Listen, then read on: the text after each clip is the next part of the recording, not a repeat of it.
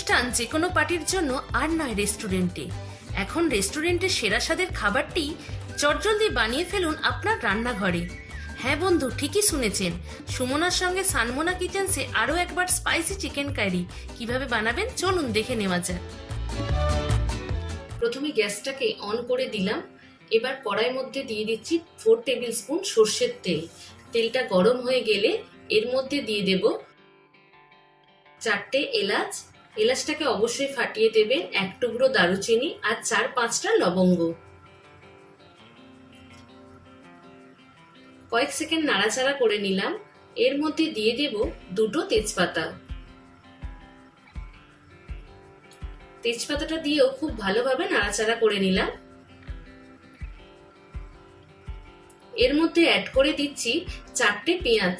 পেঁয়াজটাকে সরু সরু টুকরো করে কেটে নিয়েছি। পেঁয়াজটাকে লাল করে ভাজবো।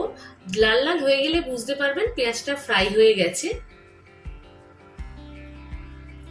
খুব ভালোভাবে প্রথমে পেঁয়াজটাকে ফ্রাই করে নেওয়ার পর এর মধ্যে অ্যাড করে দিচ্ছি 1 টেবিল স্পুন রসুন বাটা, 1 টেবিল স্পুন আদা বাটা আর 4 থেকে 5টা কাঁচা লঙ্কাকে পেস্ট করে নিয়েছি। সমস্ত উপকরণ দিয়ে খুব ভালোভাবে 2 থেকে 3 মিনিট কষিয়ে নিচ্ছি মশলাটাকে। গ্যাসটা এই সময় একদম মিডিয়াম স্টিমেতে রাখবেন। এর মধ্যে অ্যাড করে দিচ্ছি 2টো টমেটো বাটা। টমেটোটা দিয়েও খুব ভালোভাবে কষিয়ে নিতে হবে, না হলে টমেটোর কাঁচা গন্ধটা রয়ে যায়। সমস্ত উপকরণকে আবারও আমি খুব ভালোভাবে নাড়াচাড়া করে নিচ্ছি। এর মধ্যে অ্যাড করলাম 1 টেবিল স্পুন হলুদ গুঁড়ো, 1 টেবিল স্পুন লঙ্কা গুঁড়ো, হাফ টেবিল স্পুন ধনে গুঁড়ো, হাফ টেবিল স্পুন জিরে গুঁড়ো, দিয়ে দিচ্ছি স্বাদ মতো নুন আর রঙের জন্য দিয়ে দিচ্ছি Kashmiri red chilli powder 1 tablespoon. সমস্ত উপকরণ দিয়ে আবারও 2 থেকে 3 মিনিট খুব ভালোভাবে কষিয়ে নেব। কষাতে কষাতে দেখতে পাবেন যে মশলা থেকে তেল ছেড়ে দিয়েছে। এবার এর মধ্যে অ্যাড করে দেব হাফ কাপ জল।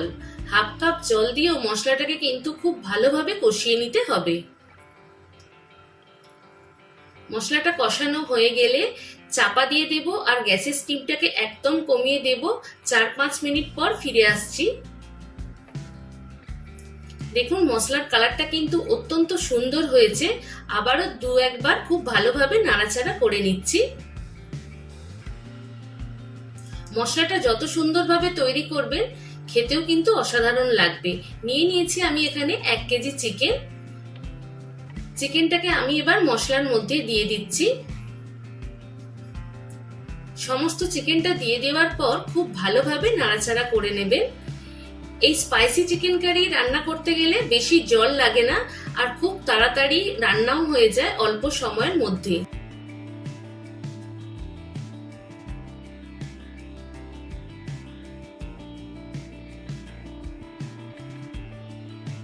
খুব ভালোভাবে নাড়াচাড়া করা হয়ে গেলে এবার আমি চাপা দিয়ে দেব আর গ্যাসের স্টিমটাকে একদম লোতে রাখবো। 15 থেকে 20 মিনিট পুরো চিকেনটাকে সেদ্ধ হতে সময় দেব।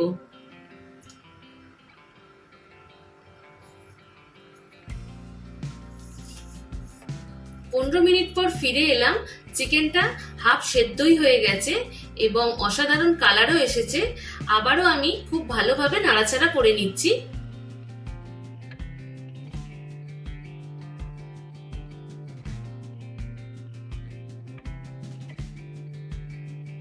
তিন থেকে 4 মিনিট খুব ভালোভাবে নাড়াচাড়া করে নিলাম। এবার এর মধ্যে অ্যাড করছি 1 কাপ জল। জলটা অবশ্যই বেশি পরিমাণে দিলে কিন্তু স্পাইসি চিকেন খেতে ভালো লাগবে না। আপনারা আপনাদের মতো যতটা চিকেনের পরিমাণ হবে সেই বুঝে দেবেন। আবারও নাড়াচাড়া করে এবার আমি চাপা দিয়ে দেব এবং গ্যাসের স্টিমটাকে হাই করে দেব। 5 মিনিট পর ফিরে আসছি। 5 মিনিট পর ফিরে এসে দেখলাম চিকেনটা অলমোস্ট সেদ্ধ হয়ে গেছে এবং কালারটাও খুব সুন্দর এসেছে। স্পাইসি চিকেন কারি বানানো অত্যন্ত সহজ সরল একটি রেসিপি। আর এর উপর দিয়ে দিচ্ছি ধনেপাতা কুচি এবং এবার সমস্ত উপকরণকে খুব ভালোভাবে মিশিয়ে নিচ্ছি।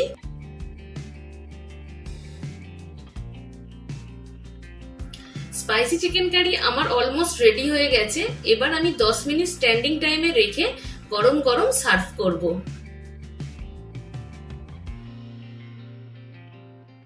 আপনাদের যদি এই রেসিপিটা ভালো লেগে থাকে অবশ্যই লাইক করবেন এবং আপনাদের অত্যন্ত গুরুত্বপূর্ণ মতামত আমার সাথে কমেন্টস করে জানাবেন।